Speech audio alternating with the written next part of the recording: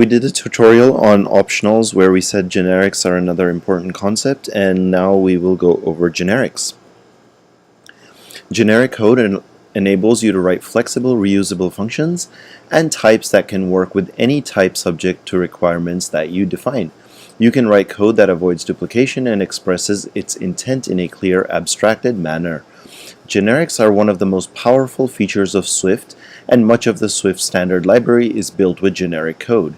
In fact, you've been using generics throughout the language guide even if you didn't realize it. For example, Swift's array and dictionary types are both generic collections.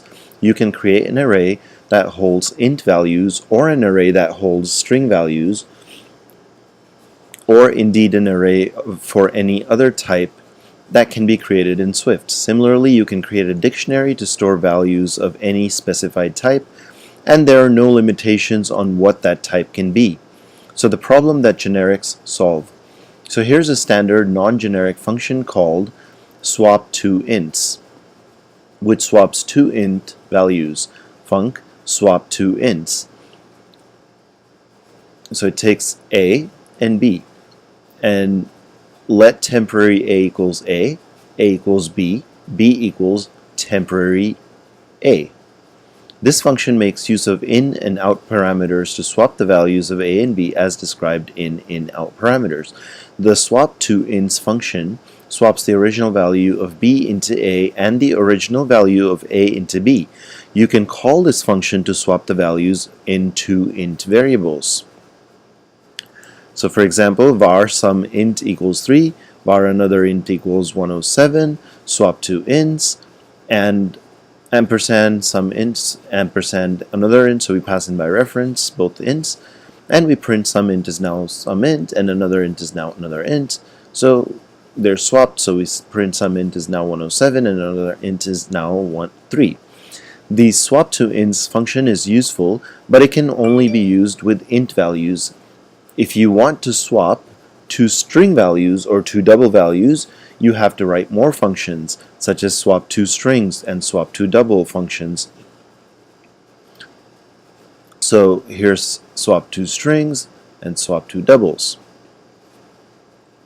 Now you may have noticed that the bodies are identical, and the only difference is the type of values that they accept. And so it's more useful and considerably more flexible to write a single function that swaps two values.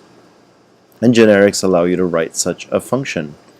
Note, in all three functions, the types of a and b must be the same. If a and b are not the same type, it's not possible to swap their values. Swift is a type-safe language and does not allow a variable of type string and a variable of type double to swap values with each other. Attempting to do so will result in a compile time error.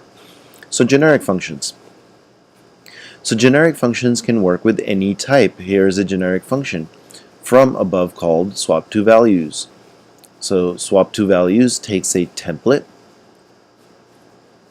and a is a variable of the type template, and b is also of the same type.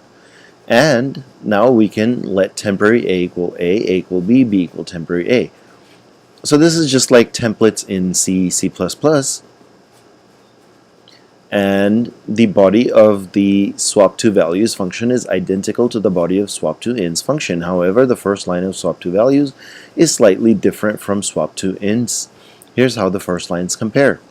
Func swap2ints underscore a colon inout int comma underscore b colon inout int versus func swap2values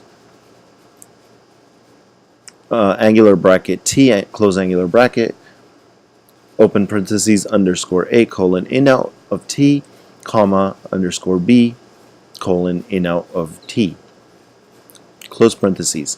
The generic version of the string of the function uses a placeholder type name called t, in this case identical to an actual type name such as int, string, or double. The placeholder type name doesn't say anything about what the t must be, but it does say that both must be the same type, whatever the t represents. The actual type to use in place of t is determined each time the swap values colon underscore colon function is called. The other difference between a generic function and a non-generic function is that the generic function's name is followed by the placeholder type name t inside angle brackets. The brackets tell Swift that t is a placeholder type name within the swap2values function definition. Because t is a placeholder, Swift does not look for an actual type called t. The swap2values function can now be called in the same way as the swap2int, except that it can be passed to values of any type as long as both of those values are of the same type as each other. Each time swap2values is called, the type to use for t is inferred from the types of values passed to the function. In the two examples below, t is inferred to be int and string respectively. The swap2values function defined above is inspired by a generic function called swap, which is part of the standard Swift library and is automatically made available for you to use in your apps. If you need the behavior of swap2values function in your own code, you can use Swift's existing swap function rather than creating your own implementation. Type parameters. In the swap2values example above, the placeholder t is an example of a type parameter. Type parameters specify the name a placeholder type and are written immediately after the function's name between a pair of matching angle brackets.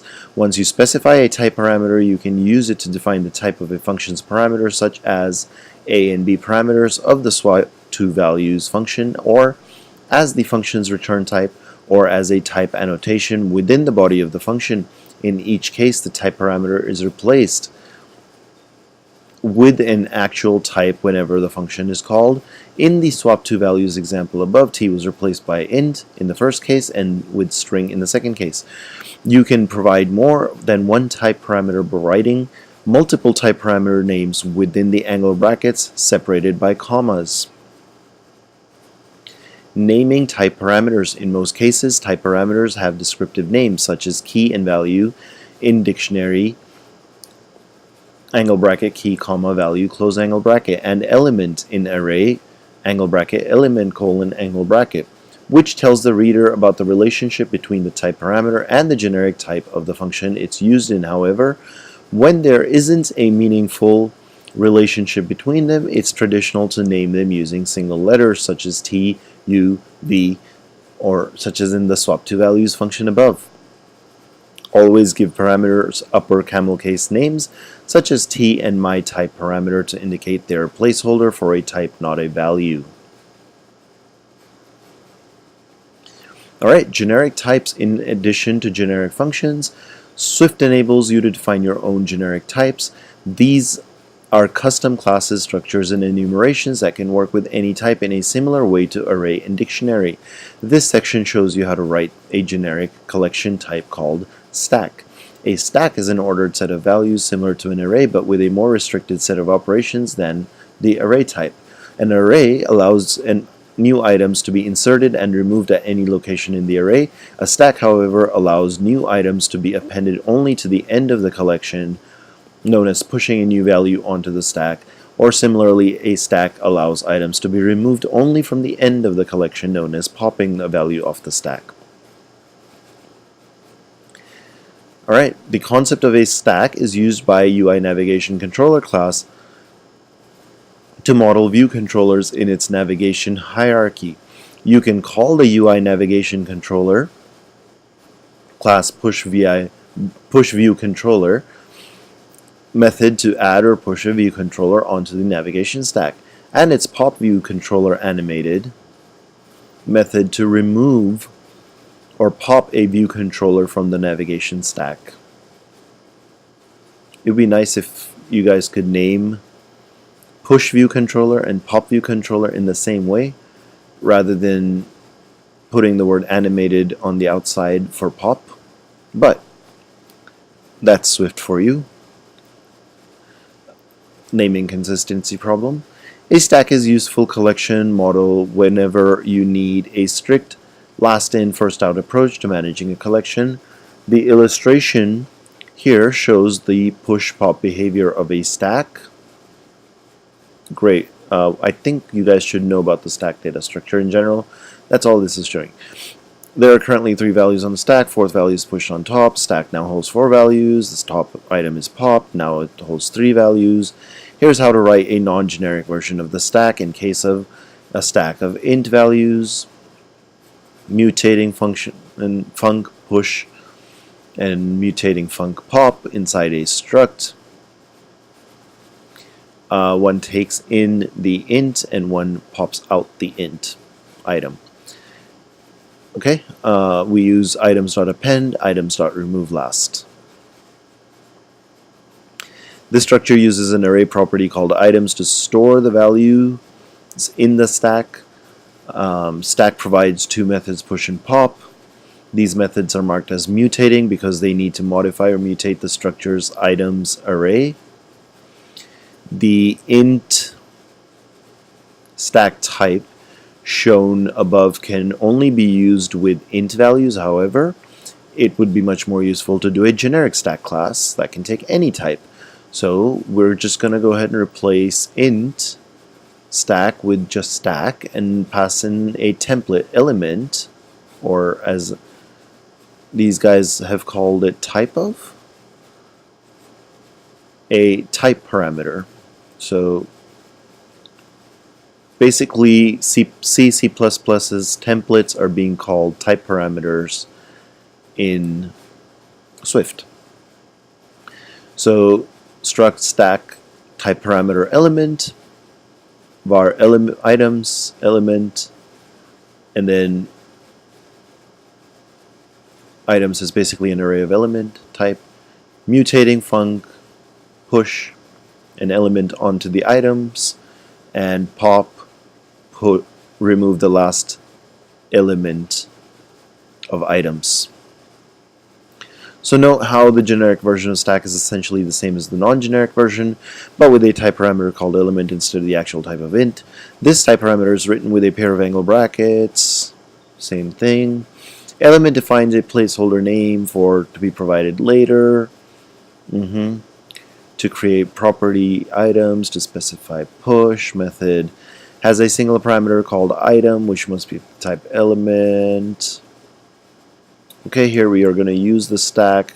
We can push and pop things.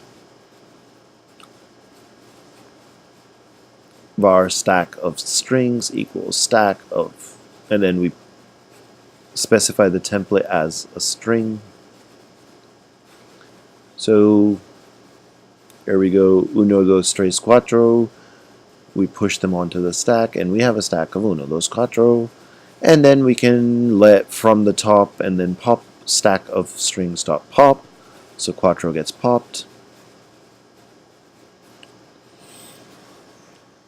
Extending a generic type. When you extend a generic type, you don't provide a type parameter list as a part of the extension definition. Instead, the type parameter list from the original type definition is available within the body of the extension, and the original type parameter names are used to refer to the type parameters from the original definition. The following example extends the generic stack type to add a read-only computed property called top item. Var top item colon element question mark is a function. So top item is a function which returns an element. Items.empty, it returns nil, otherwise it returns items of items.count minus 1. Okay, so basically it returns the last item, or nil, and it's not really an item, it's an optional like we discussed before. See lecture on optionals if you haven't seen it already. The top item property returns an optional value of type element. If the stack is empty, top item returns nil. If the stack isn't empty, top item returns the final item. And I think we got that. Note that the extension doesn't define a type parameter list. Instead, the stack type's existing type parameter name element is used within the extension to indicate the optional type of the top item computed property. So, okay, so interestingly, I've never seen this extension keyword, but looks like it's being used to inherit from the struct here, the struct stack, and then where did we go? extension stack, okay? And the top item computed property can now be used within any stack instance to access and query its top item without removing it. If let top item equals stack of strings.top item, print it.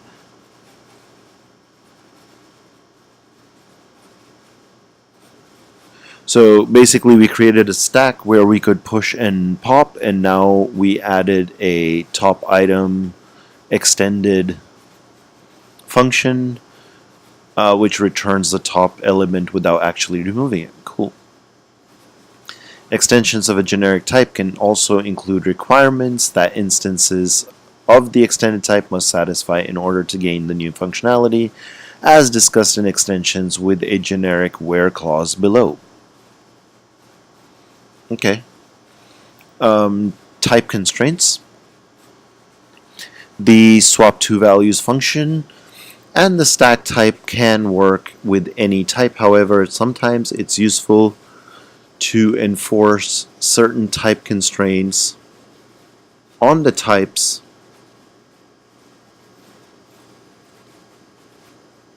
let's brighten that up a little bit. However, it's sometimes useful to enforce certain type constraints on the types that can be used with generic functions and generic types. Type constraints specify that a type parameter must inherit from a specific class or conform to a particular protocol or protocol composition. For example, Swift's dictionary type places a limitation that can be used as keys for a dictionary. So only certain types can be used in the keys, dictionary keys. As described in dictionaries, the type of a dictionary's keys must be hashable. That is, it must provide a way to make itself uniquely representable. Dictionary needs its keys to be hashable so that it can check whether it already contains a value for a particular key. Without this requirement, dictionary could not tell whether it should insert or replace a particular key, nor would it be able to find a value for a given key that is already in the dictionary. This requirement is enforced by a type constraint on the key type for dictionary, which specifies that the key type must conform to the hashable protocol, a special protocol defined in Swift's standard library. All of Swift's basic types, such as string, int, double, and bool, are hashable by default. So you can define your own type constraint when creating generic custom types, and these constraints provide much of the power of generic programming. Abstract concepts like hashable characterize types in terms of their conceptual characteristics rather than their concrete types.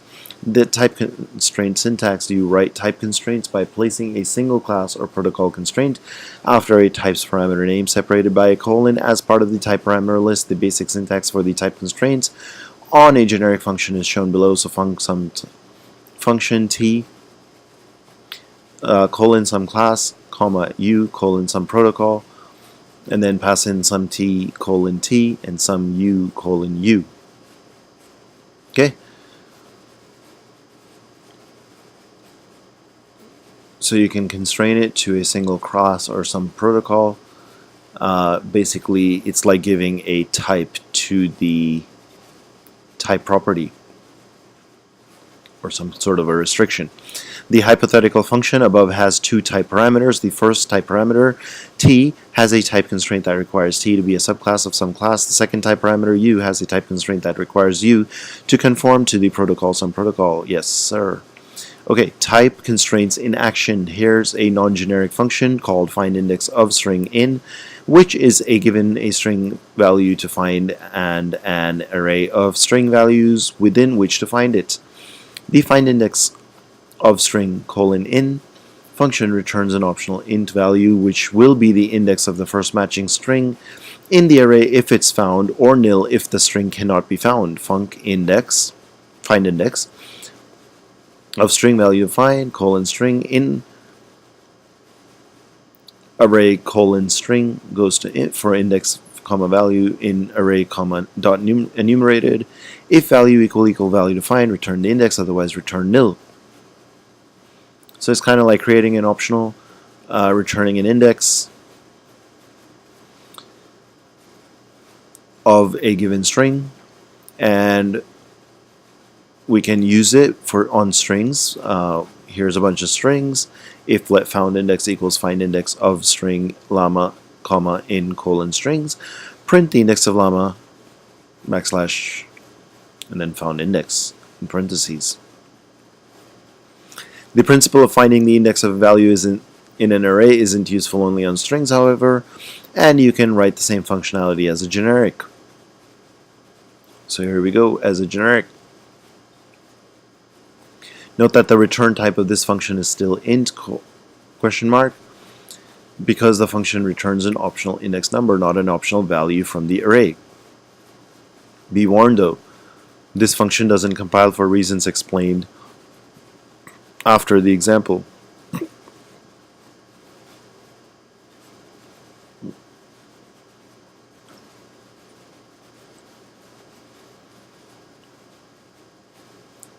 So why it wouldn't compile? Because this if value equal value to find, this equal might not work with all types.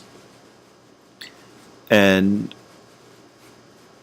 if you create your own class or structure to represent a complex data model, for example, then the meaning of equal to for that class or structure isn't something that Swift can guess for you. Because of this, it isn't possible to guarantee that this code will work for every possible type. And an appropriate error is reported when you try to compile this code. All is not lost, however. The Swift standard library defines a protocol called equatable, which requires any conforming type to implement the equal to operator and the not equal to operator to compare any two values of that type. So all of Swift standard types automatically support the equatable protocol. Any type that is equatable can be used safely with the find index function here, and so we can restrict our type property to be equatable. And so if you remember, we basically put the t colon equatable to restrict it to being of type equatable, and then we should be able to compile it.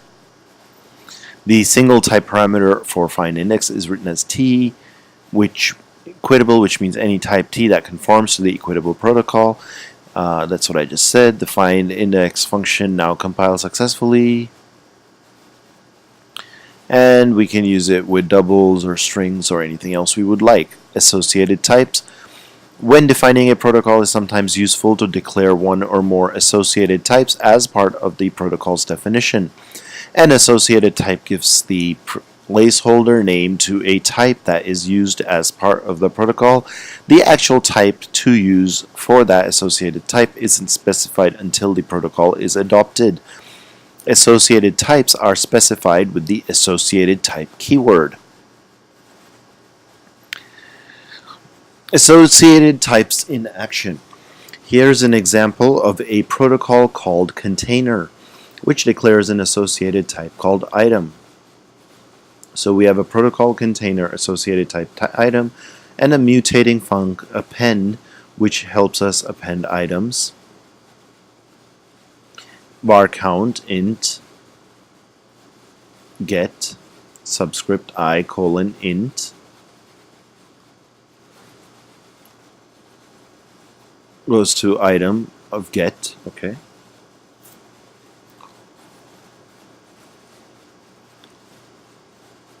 Not sure I understand yet, but it's okay.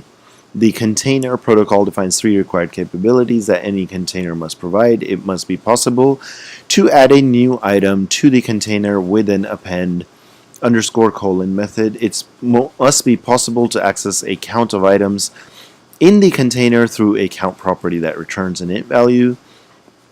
It must be possible to retrieve each item in the container with a subscript that takes an int index value. This protocol doesn't specify how the items in the container should be stored or what the type they are allowed to be. The protocol only specifies the 3 bits of functionality that any type must provide in order to be considered a container. A conforming type can provide additional functionality as long as it satisfies these 3 requirements. Any type that conforms to the container protocol must be able to specify the type of values it stores. Specifically, it must ensure that the only items of the right type are added to the container, and it must be clear about the type of the items returned by its subscript. Okay? So we can only add items to the container.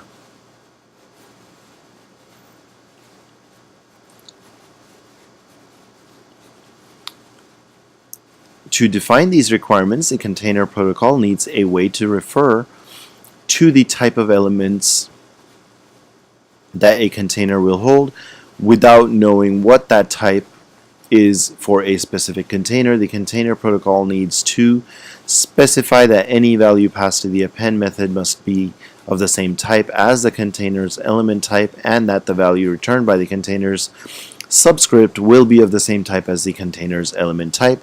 To achieve this, the container protocol declares an associated type called item, written as associated type item. This protocol doesn't define what the item is. That information is left for any conforming type to provide. Nonetheless, the item alias provides a way to refer to the type of items in a container and to define a type for use with the append method and subscript to ensure that the expected behavior on a container is enforced. Here's a version of the non-generic int stack type from earlier, adapted to conform to the container protocol. So we have the struct in stack, which basically conforms to the container protocol, and so then we have our var items, mutating func push and pop for our stack, and then we have the conformance to the container protocol, type alias item equals int, and mutating function append, and var count, which conforms to int, returns the count of the items, and the subscript, which takes in the I and returns the ith int, returns I. The int stack type implements all three of the container protocol's requirements. So protocol seems like an interface, and in each case wraps part of the int stack's type's existing functionality to satisfy these requirements. Moreover, int stack specifies that for this implementation of the container, the appropriate item to use is a type of int. The definition of type alias item int turns the abstract type of item into a concrete type of int for this implementation of the container protocol. Thanks to Swift's type inference, you don't actually need to declare a concrete item of int as part of the definition of int stack, because int stack conforms to all of the requirements of container. Swift can infer the appropriate item to use simply by looking at the type of the append method's item parameter and the return type of the subscript. Indeed, if you delete the type alias item equals int line from the code above, everything still works, because it's clear what type should be used for the item. And so you can also make the generic stack type conform to the container protocol. And this time the type parameter element is used. Element.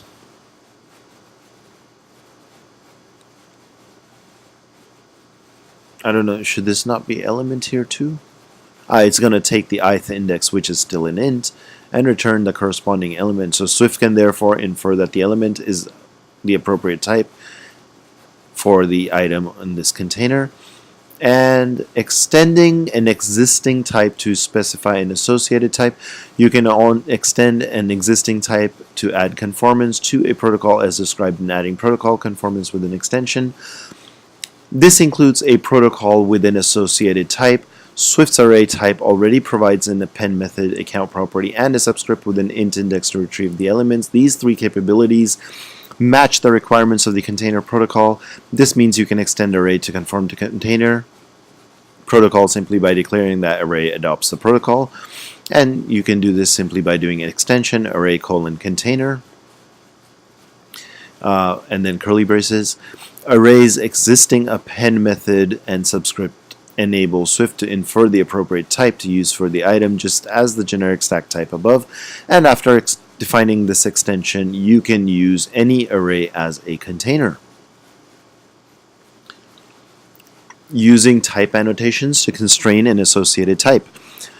You can add a type annotation to an associated type in a protocol to require that conforming types satisfy the constraints described by the type annotation. For example, the following code defines a version of container that requires the items in the container to be equatable. Protocol container. Associated type item equatable. Mutating func append. Takes in an item. Var count int get. Subscript I int item get. Okay, and to conform to this version of container, the container's item type has to conform to the equatable protocol. Now, generic where clauses. Type constraints, as described in type constraints, enable you to define requirements on the type parameters associated with a generic function, subscript, or type. It can also be useful to define requirements for associated types. You can do this by defining a generic where clause. A generic where clause enables you to require that the associated type must conform to a certain protocol, or that certain type parameters and associated types must be the same. A generic where clause starts with the where keyword, followed by a constraints for associated types or equality relationships between types and associated types. You write a generic where clause right before the opening curly brace of a type or function's body. The example below defines a generic function called allItemsMatch, which checks to see if two container instances contain the same items in the same order. The function returns a Boolean value true or false if they don't match. So the two containers to be checked don't have to be the same type container, but they do have to hold the same type of items. This requirement is expressed through a combination of type constraints and a generic where clause. Func all items match, C1 container, C2 container.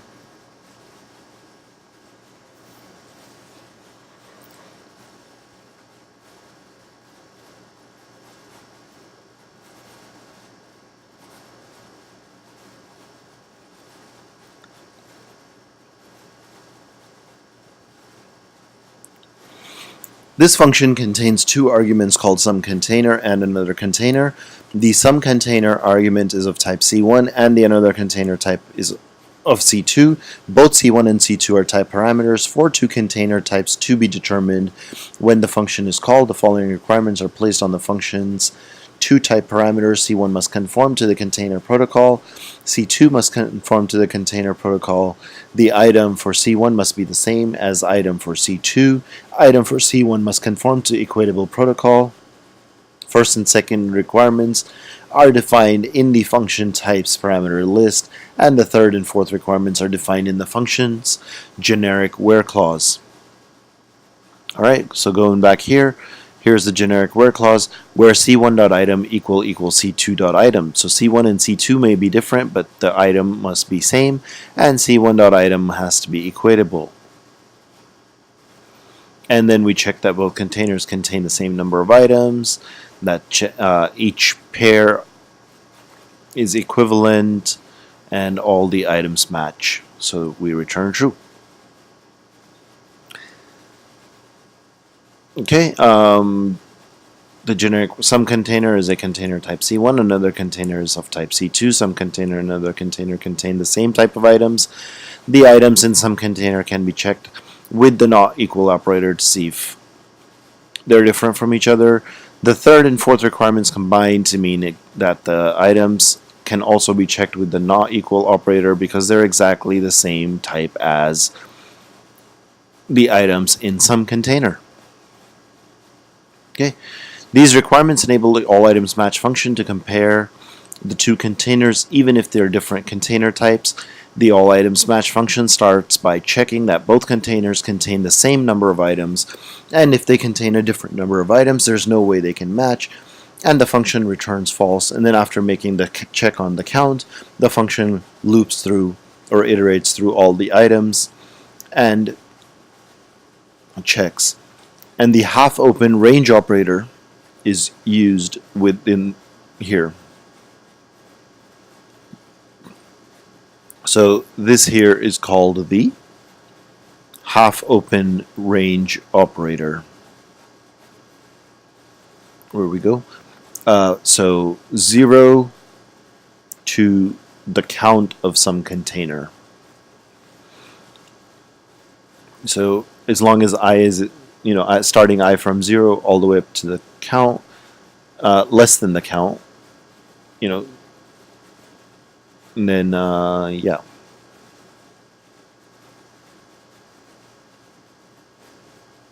So if we had less than or equal to, it would be half closed range operator, but this is a half open range operator. For each item, the function checks whether the item from some container isn't equal, and if the two items aren't equal, they don't match, we return false. Otherwise, we finish the loop without finding any mismatches, and we return true. And here's how all items match function looks like in action. We're going to push uno, dos, tres on a stack, create the array of strings, and check if all items match or not match. And since uno, dos, tres is the same as this array uno, dos, tres, so they match. And that's that. Now, extensions with a generic where clause. You can also use a generic where clause as part of an extension in the same way. Here we have an element which conforms to equatable, and we're extending the stack with isTop method, and we're gonna guard let top item equals items.last, else return false, and return top item equals item. So basically we're checking if the given item is the top item on the stack. First we'll check if it's not empty, and then if it's not empty, then we'll compare it. And here's how the isTop method looks like in action. We have pushed uno, dos, tres, and then we're checking if the top item is trace, and the top item is trace, so it'll print that. If you try to call the isTop method on a stack whose elements aren't equatable, you'll get a compile time error because we restricted it to conform to equatable so that we can actually compare items. Okay. And you can use the generic where clause with extensions to a protocol. The example below contains the container protocol from the previous example to add a starts with method. So we extend the container, items have to be equatable, and then func starts with underscore item, returns a boolean, return count is greater than or equal to 1, and self 0 equals item. So if we're starting with this particular item and there's more than one thing on the container, then we'll return true. So we've just made it generic with the where clause. And the starts with method first makes sure that the container has at least one item, then checks whether the first item in the container matches a given item. This new starts with method can be used with any type that conforms to the container protocol, including stacks, arrays, as long as the container's items are equatable. So we could use it with stacks or arrays or any other kind of container. And we can check starts with.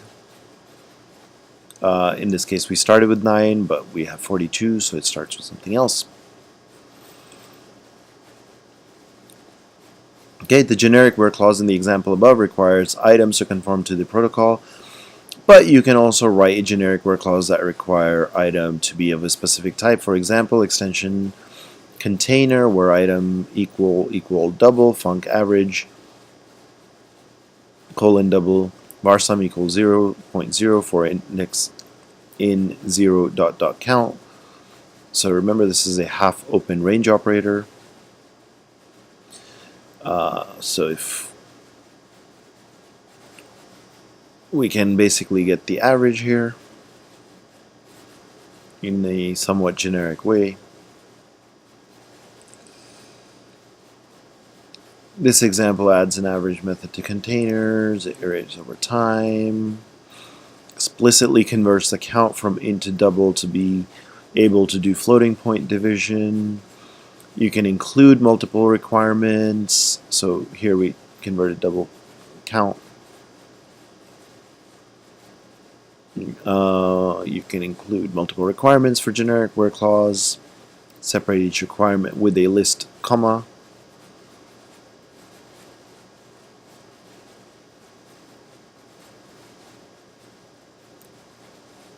Okay. Associated types. With a generic where clause, you can include a generic where clause on an associated type. For example, suppose you want to make a version of container that includes an iterator, like what the sequence protocol uses in the standard library. Here's how you can write that. You can create this associated type iterator protocol, where iterator.element equal element, make iterator goes to iterator, and the generic where clause protocol comparable container where item is comparable. So for a protocol that inherits from another protocol, you add a constraint to the inherited one associated by including the generic where clause in the protocol declaration. Okay. Generic subscripts. Subscripts can be generic and they can include generic where clauses. We'll talk about subscripts in another lecture, but you can write the placeholder type name inside angle brackets after the subscript. And you can write generic where clause right before the opening curly brace of the subscript's body. For example, here we have the subscript, and this extension to the container protocol adds a subscript that takes a sequence of indices and returns an array containing the items at the given index. This generic subscript is constrained as follows. And same kind of thing, the generic parameter indices in angle bracket has to be of the type that conforms to sequence protocol. Here indices have to conform to sequence protocol. And here's the where clause, indices iterator.element equal in var result item for index and indices result.append self index return the result. And that's it. That's our lecture for today on generics. And hopefully you've learned how to use generics to write more flexible and reusable functions instead of restricting them to a given type